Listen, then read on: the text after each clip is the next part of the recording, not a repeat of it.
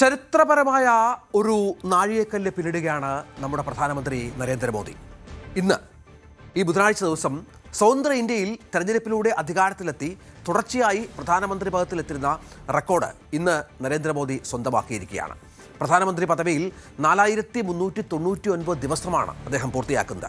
സ്വതന്ത്ര ഇന്ത്യയുടെ പ്രഥമ പ്രധാനമന്ത്രി ജവഹർലാൽ നെഹ്റുവിൻ്റെ റെക്കോർഡ്, അതായത് 4398 ദിവസമാണ് മോദി മറികടക്കുന്നത്. എന്നാൽ ഏറ്റവും കൂടുതൽ കാലം ഇന്ത്യ ഭരിച്ച പ്രധാനമന്ത്രി എന്ന റെക്കോർഡ് ഇപ്പോഴും നെഹ്റുവിൻ്റെ പേരിലാണ്. അത് 6130 ദിവസമാണ്. കാരണം അദ്ദേഹം ഇന്ത്യ സ്വതന്ത്രയായതിനു ശേഷം 47 ഓഗസ്റ്റ് 15 നെഹ്റു തെരഞ്ഞെടുപ്പില്ലാതെ പ്രധാനമന്ത്രിയായി സ്ഥാനമേൽക്കുകയായിരുന്നു. 1947 മുതൽ 52 വരെയുള്ള 5 വർഷം ഇടക്കാല സർക്കാരിന് അദ്ദേഹം നേതൃത്വം നൽകി. അത് ഈ കണക്കിൽ വരില്ല. അത് നോക്കുകയാണെങ്കിലാണ് നെഹ്റു മുന്നിലുള്ളത്. പക്ഷേ തെരഞ്ഞെടുപ്പിലൂടെ ഏറ്റവും കൂടുതൽ കാലം പ്രധാനമന്ത്രിയായി ഇരിക്കുന്ന റെക്കോർഡ് മറ്റാരുമല്ല, സാക്ഷാൽ നരേന്ദ്രമോദിക്ക് തന്നെയാണ്. നമുക്ക് നരേന്ദ്രമോദിയുടെ ഈ 12 വർഷക്കാലം ഒന്ന് പരിശോധിക്കണം. വളരെയധികം വികസന പ്രവർത്തനങ്ങൾ രാജ്യം അതിവേഗം കുതിച്ച 12 വർഷക്കാലമാണ് പ്രധാനമന്ത്രി പദത്തിലിരുന്ന മോദിയുടെ ഈ കാലയളവിൽ സംഭവിച്ചത്. അതിലേറ്റവും പ്രധാനമായുള്ളത് നമ്മുടെ GDP വളർച്ചയാണ്. GDP വളർച്ച മോദി വരുമ്പോൾ ശരാശരി 7%, മൻമോഹൻ സിംഗിൻ്റെ കാലത്തുണ്ടായിരുന്നു വാർഷിക GDP. പക്ഷേ കോവിഡ് കാലത്ത് GDP നെഗറ്റീവിലേക്ക് മാറുന്ന ഒരു പശ്ചാത്തലം, ഒരുപക്ഷെ നരേന്ദ്രമോദി ഫേസ് ചെയ്ത ഏറ്റവും വലിയ പ്രശ്നങ്ങളിലൊന്ന് കോവിഡ് സമയമായിരുന്നു. പക്ഷേ അതിവേഗം ആ GDP തിരിച്ചു കയറുന്ന സംഗതി നമ്മൾ കണ്ടു. അത് മോദി മാജിക്കിലൂടെ ആയിരുന്നു എന്ന കാര്യത്തിൽ സംശയമില്ല. 2014 2 ട്രില്യൺ എക്കോണമി ആയിരുന്നു നമ്മുടേത് എങ്കിൽ ഇന്നിപ്പോൾ 4.1 ട്രില്യൺ ഡോളറിലേക്ക് നമ്മുടെ എക്കോണമി എത്തിയിട്ടുണ്ട് എന്നുള്ളത് ഏറ്റവും പ്രധാനപ്പെട്ട ഒന്നാണ്. 5 ട്രില്യണിലേക്ക് അതെത്തിക്കുക എന്നുള്ള ലക്ഷ്യമാണ് നരേന്ദ്രമോദിക്കുള്ളത്. ഇന്ത്യയുടെ റാങ്കിങ് ലോക സമ്പദ് ശക്തികളിൽ 10-ൽ നിന്ന് 6-ലേക്ക് എത്തിക്കാനും നരേന്ദ്രമോദിയുടെ ഈ 12 വർഷത്തെ ഭരണകാലം സഹായിച്ചു. നോട്ട് അസാധുവാക്കൽ പലരും നെറ്റി ചുളിച്ച ഒരു സംഭവമായിരുന്നു. നോട്ട് അസാധുവാക്കൽ ഒരു രാത്രി കൊണ്ട്, അതായത് 2016 നവംബർ 8 രാത്രി കൊണ്ട് 500 രൂപയുടെയും 1000 രൂപയുടെയും നോട്ടുകൾക്ക് കടലാസിൻ്റെ വില പോലും ഇല്ലാതെയായ പശ്ചാത്തലമായി. കള്ളപ്പണം തടയൽ അടക്കമുള്ള കാര്യങ്ങൾ അദ്ദേഹം ഇതുമായി ബന്ധപ്പെട്ട് ലക്ഷ്യം വെച്ചിരുന്നു. ഇതിൻ്റെ നേട്ടവും കോട്ടവും സംബന്ധിച്ച് ഇപ്പോഴും വാദപ്രതിവാദങ്ങൾ ഉണ്ട് എങ്കിൽ പോലും അതിൻ്റെ ആത്യന്തിക ഗുണം പല മേഖലകളിലും സംഭവിച്ചു എന്ന് സാമ്പത്തിക വിദഗ്ധർ വിലയിരുത്തുന്നുണ്ട്. അതുമാത്രമല്ല, രാജ്യത്തെ UPI ഉപയോഗം, ഡിജിറ്റൽ പണമിടപാടുകളുടെ സ്വീകാര്യത കുതിച്ചു കയറുകയാണ്. UPI ഉപയോഗം രാജ്യമെമ്പാടും വ്യാപിക്കുന്നു. അതുമാത്രമല്ല, മറ്റ് രാജ്യങ്ങളിലും നമ്മുടെ UPI ഉപയോഗിക്കുന്ന സംവിധാനം നിലവിൽ വരികയാണ്. പ്രതിമാസം ശരാശരി 2300 കോടി UPI ഉപയോഗം നടക്കുന്നു എന്നാണ് മനസ്സിലാക്കേണ്ടത്. 30 ലക്ഷം കോടി രൂപയ്ക്കടുത്താണ് മുഴുവൻ ഇതുവരെയുള്ള UPI-യുമായി ബന്ധപ്പെട്ട ഉപയോഗം എന്ന് ഉള്ള കണക്കുകളും പുറത്തു വന്നിട്ടുണ്ട്. ഒപ്പം നരേന്ദ്രമോദി കൊണ്ടുവന്ന വളരെ പ്രധാനപ്പെട്ട ഒരു പദ്ധതിയായിരുന്നു ജൻധൻ അക്കൗണ്ട്. എല്ലാവർക്കും ബാങ്ക് അക്കൗണ്ട് എന്നുള്ള അദ്ദേഹത്തിൻ്റെ സ്വപ്നം, അതിന് ഒന്നാം മോദി സർക്കാർ ഏർപ്പെടുത്തിയ ശ്രദ്ധേയമായ പദ്ധതിയായി മാറി.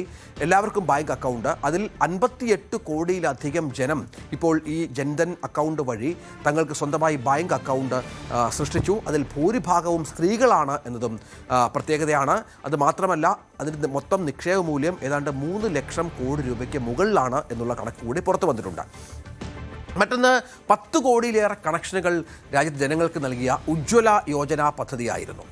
അത്തരം കണക്ഷനുകൾക്ക് വന്നു. അതിൽ കേരളത്തിൽ മാത്രം 4 ലക്ഷം ഉജ്ജ്വല യോജനയിലൂടെ ആളുകൾക്ക് ഗ്യാസ് കണക്ഷൻ കിട്ടി എന്നുള്ളത് നരേന്ദ്രമോദി സർക്കാരിൻ്റെ വലിയൊരു നേട്ടമായി മാറി.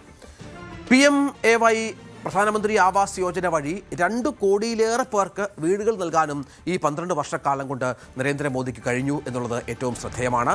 അതുമാത്രമല്ല, എല്ലാവർക്കും ആരോഗ്യ സംരക്ഷണം എന്ന പേരിൽ ഏർപ്പെടുത്തിയ ആയുഷ്മാൻ ഭാരത് പദ്ധതിയിൽ 44 കോടി പേർ ഇപ്പോൾ അംഗങ്ങളാണ് എന്നുള്ളതാണ് അത്ഭുതപ്പെടുത്തുന്ന കണക്ക്. അതുമാത്രമല്ല, നരേന്ദ്രമോദിയുടെ ഇന്ത്യയുടെ റെയിൽവേ സ്വപ്നങ്ങൾക്ക് ചിറകേറിയ ഒന്നായിരുന്നു വന്ദേ ഭാരത് ട്രെയിനുകൾ. രാജ്യത്താകെ ഇപ്പോൾ ഏതാണ്ട് 100-ലേറെ വന്ദേ ഭാരത് ട്രെയിനുകൾ സർവീസ് നടത്തുന്നുണ്ട്. അതിൻ്റെ എണ്ണം ഇരട്ടിയാക്കുക എന്ന ലക്ഷ്യത്തോടു കൂടിയാണ് ഇപ്പോൾ സർക്കാർ മുന്നോട്ട് പോകുന്നത്. മറ്റൊന്ന് ദേശീയപാതകളുടെ വികസനമാണ്. നമുക്കറിയാം, അടിസ്ഥാന സൗകര്യ വികസനം തന്നെയാണ് ഒരു രാജ്യത്തിൻ്റെ പുരോഗതിക്ക് ഏറ്റവും പ്രധാനമായുള്ളത്. മോദി വരുമ്പോൾ കേവലം 91,000 കിലോമീറ്റർ മാത്രമായിരുന്നു നമ്മുടെ ദേശീയപാതയുടെ നീളമെങ്കിൽ ഇപ്പോൾ അത് 1.4 ലക്ഷം, ഏതാണ്ട് ഇരട്ടിക്കടുത്ത് കിലോമീറ്റർ ദേശീയപാത നിർമ്മാണം സംഭവിച്ചു എന്നുള്ളത് ഏറ്റവും പ്രധാനപ്പെട്ട ഒന്നാണ്. മറ്റൊന്ന് വിദേശ നാണ്യ ശേഖരവുമായി ബന്ധപ്പെട്ടാണ്. 31,300 കോടി ഡോളർ ആയിരുന്നത് ഏതാണ്ട് 70,000 കോടി ഡോളർ ഇരട്ടിയാക്കി വർദ്ധിപ്പിക്കാൻ ഇരട്ടിയിൽ കൂടുതലാക്കി വർദ്ധിപ്പിക്കാൻ നരേന്ദ്രമോദി സർക്കാരിന് സാധിച്ചു എന്നുള്ളത് ചില്ലറ കാര്യമല്ല. പ്രതിരോധ രംഗത്ത് 2013 കേവലം 700 കോടി മാത്രമായിരുന്നു നമ്മുടെ പ്രതിരോധ കയറ്റുമതി എങ്കിൽ ഇപ്പോൾ അത് 38,000 കോടി, എത്രയോ ഇരട്ടിയാണ് എന്നുള്ളത് നമ്മൾ ചേർത്ത് വെക്കണം. പ്രതിരോധ രംഗത്ത് ഇന്ത്യക്ക് സ്വന്തമായി ഒരു അസ്തിത്വം ഉണ്ടായത് നരേന്ദ്രമോദിയുടെ 12 വർഷ കാലയളവിലായിരുന്നു എന്നതിൽ സംശയമില്ല. ഇത് വരും വർഷങ്ങളിൽ 50,000 കോടിയാക്കുകയാണ് ഇന്ത്യയുടെ ലക്ഷ്യം. പക്ഷേ നിരവധി പ്രതിസന്ധികളും തിരിച്ചടികളും ഒക്കെ മോദിക്ക് സംഭവിക്കുന്നുണ്ട്. അതിലൊന്ന് ഇപ്പോൾ പശ്ചിമേഷ്യൻ യുദ്ധമാണ്. തുടർന്നുണ്ടായ ആഗോള പ്രതിസന്ധിയിൽ രൂപയുടെ മൂല്യം വല്ലാതെ കുറഞ്ഞു എന്നുള്ളത് മോദിയെ ചില്ലറയൊന്നുമല്ല അസ്വസ്ഥമാക്കുന്നത്. രൂപയുടെ മൂല്യം മോദി അധികാരത്തിൽ വന്ന് 2014 $58 ആയിരുന്നുവെങ്കിൽ 58 ഡോളർ ആയിരുന്നുവെങ്കിൽ സമീപകാലത്ത് രൂപ ഇപ്പോൾ 96ലേക്ക് ഇടിഞ്ഞ ഒരു പശ്ചാത്തലം സംഭവിക്കുകയാണ്. അതായത് $1 96 എന്ന നിലയിലേക്ക് ഇടിഞ്ഞു. നേരത്തെ 58 രൂപ കൊടുത്തിരുന്നെങ്കിൽ $1 കിട്ടിയിരുന്നെങ്കിൽ ഇപ്പോൾ 96 മുകളിൽ രൂപ കൊടുത്താൽ മാത്രമാണ് ഡോളർ നമുക്ക് ലഭ്യമാവുക. ഇതാണ് നരേന്ദ്രമോദിയുടെ 12 വർഷക്കാലത്തെ പ്രധാന നേട്ടങ്ങളും കോട്ടങ്ങളും. കൂടുതൽ വാർത്തകൾക്ക് News 18 Keralam YouTube channel subscribe ചെയ്യുക.